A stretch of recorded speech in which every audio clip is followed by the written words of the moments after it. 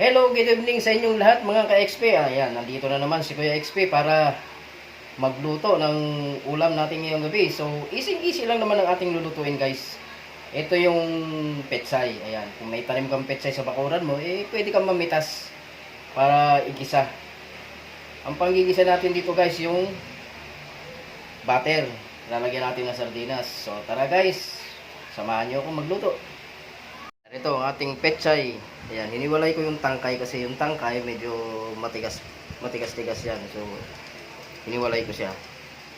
Ito, meron tayong kamatis, bawang at saka white onions. Ayan, may dalawang lata tayong sardinas. At ang ating butter kasi yung panggigisa natin. So, tara guys, umpisa na natin magluto. Ayan, dito yung ating kawali. Lalagyan natin ng butter yan. Butter ang panggigisa natin para kakaiba yung lasa. Yeah. Lalaglag ko na ang ating bawang. Lalaglag ko na ang ating bawang. Siyempre, susunod ka na rin tong kalahati ng ating sibuyas.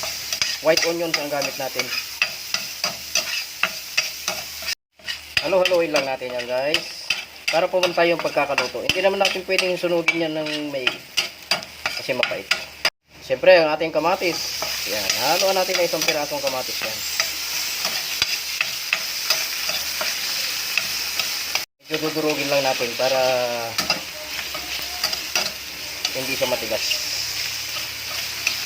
Ko na itong tangkay ng pechay guys na ilagay.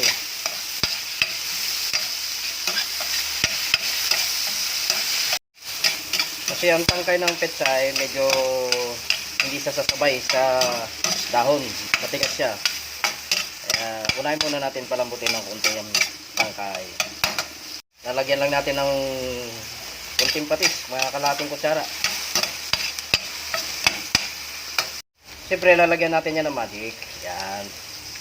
Lalaglag ko na ang ating sardinas. Dalawang lata yan guys. Lalaglagan ko lang to ng kalahating basong tubig. Para naman may sabaw na konti. Ayan. Ito ang tinatawag nilang simpleng buhay, simpleng ulam. Simpleng buhay, simpleng ulam. Ayan. So, pakuluin lang natin yan. Tapos ilalaglag natin yung dahon. So, ito na guys. Lalaglag na natin ang pinakadahon ng pechay. Yun.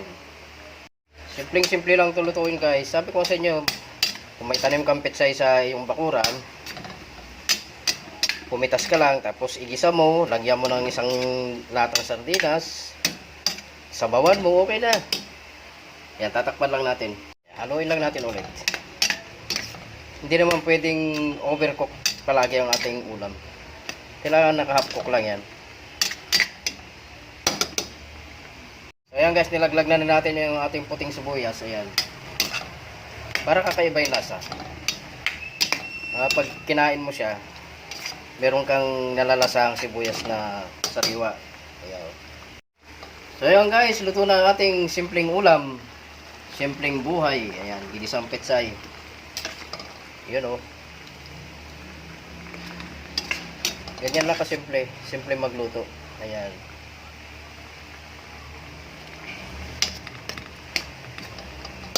So ipi-plate ko pa rin yan guys para sa inyo.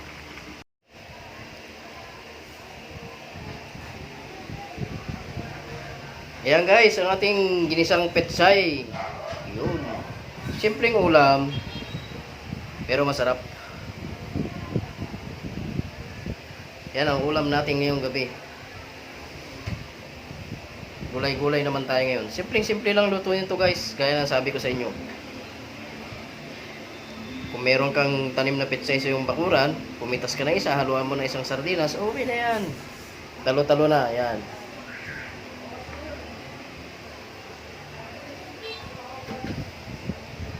Overloaded sa sardinas kasi dalawang lata yung nilagay natin. So ayan, titikman natin to guys.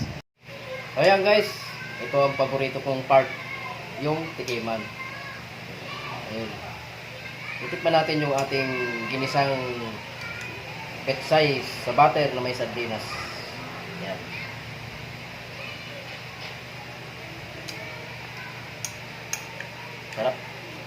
medyo maanghang yung sardinas kasi yung kulay pula pala na nabili natin. Yung maanghang.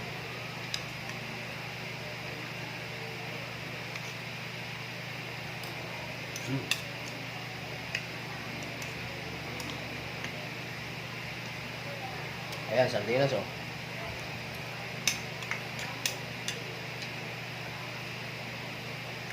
Tapos yung sibuyas na puti, nagbe-blend sa lasa. Kaya sinasabi ko, kayong mga Ilocano, mahilig sa sibuyas.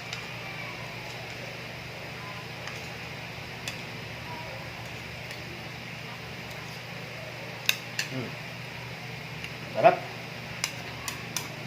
Simpleng luto, simpleng buhay, simpleng ulam. Ayan.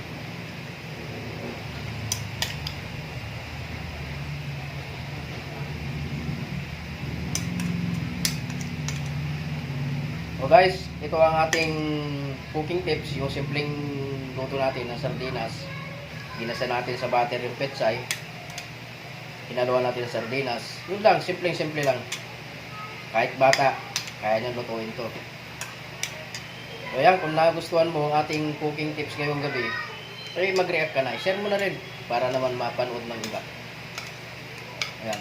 At kung hindi ka pa nakapalo o nakasubscribe sa akin, mag-subscribe ka na. Nabubulol ako. Para marami pa tayong